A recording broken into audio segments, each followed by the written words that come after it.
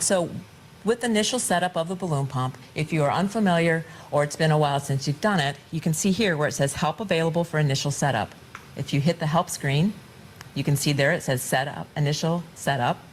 We push that, and now it will help you walk through step by step how you do initial setup of the balloon pump. When you've finished, you can go ahead and hit the back button and then exit, and the help screen will disappear.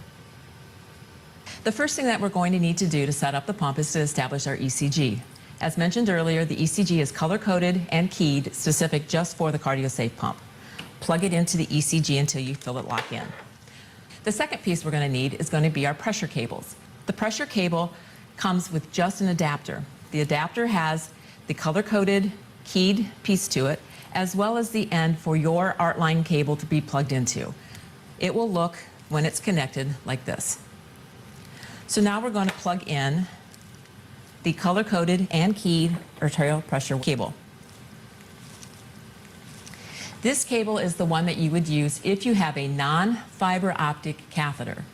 If you have a fiber optic catheter, this will be disconnected and you will not be using this because we're going to use the fiber optic catheter instead. The fiber optic catheter comes with a sensor connector and there's a dust cover on it. Remove the dust cover and discard. The connector has a triangle on the top of it that matches the triangle on the pump. When you insert the catheter, you open the trap door and make sure the two red triangles meet. Now we will be using the fiber optic signal as the source of our arterial pressure when we're pumping for our patient. The last piece that needs to be done in the back of the pump is to insert the extender tubing into the safety disc so the helium can now go from the balloon pump to the patient. The one area that I forgot to mention is the helium tank. We always want to make sure that the helium tank is open and ready to go, and we notice that we have full helium. So now let's get started pumping. Start button.